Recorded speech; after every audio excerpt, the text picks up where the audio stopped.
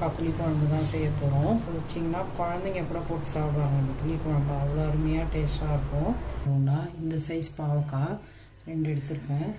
அதுக்கு தேவையானது பார்த்திங்கன்னா கொஞ்சம் வதக்கி எடுத்துக்கலாம். எண்ணெயில் பாவக்காய் நல்லா வதக்கி எடுத்துக்கலாம்.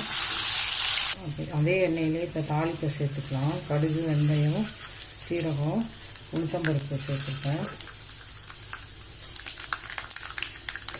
இப்போ அதில் சின்ன வெங்காயம், பெரிய வெங்காயம் எங்கள் அப்பா கட் பண்ணி வச்சுருக்கேன். பூண்டு உரித்து வச்சுருந்ததை ஒரு 4 பல் வச்சுட்டு மீதி எல்லாம் சேர்த்துக்கலாம். தக்காளியை சேர்த்துக்கலாம். ஒரு தக்காளி கட் பண்ணி வச்சுருக்கேன், அதையும் சேர்த்துக்கலாம். இப்போ நான் ஒரு டீஸ்பூன் அளவு சேர்த்துக்கிறேன். இப்போ வீட்டில் அரைச்ச குழம்பு மிளகாய் தூள் நான் சேர்க்குறேன்.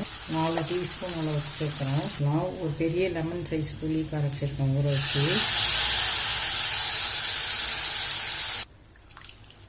பொடி போட்டு மூடி வச்சிடலாம். 10 நிமிஷம் கொதிக்கிட்டோம். நிமிஷமாக குழம்பு கொதிச்சிட்ருக்கு. நல்லா கொதித்து லைட்டாக எண்ணெய் பிடிக்க ஆரம்பிச்சிருச்சு. இப்போ இந்த ஸ்டேஜில் நம்ம வதக்கி வச்சுருந்த பாவக்காயை சேர்த்துக்கலாம். இது ஒரு முறை போட்டு ஒரு 5 நிமிஷம் மூடி வச்சிடலாம். இப்போ பாவக்காய் புளிக்குழம்பு ரெடி ஆகிடுச்சு. ரொம்ப சிம்பிளாக தூள் வெல்லம் சேர்த்துக்கிறேன்.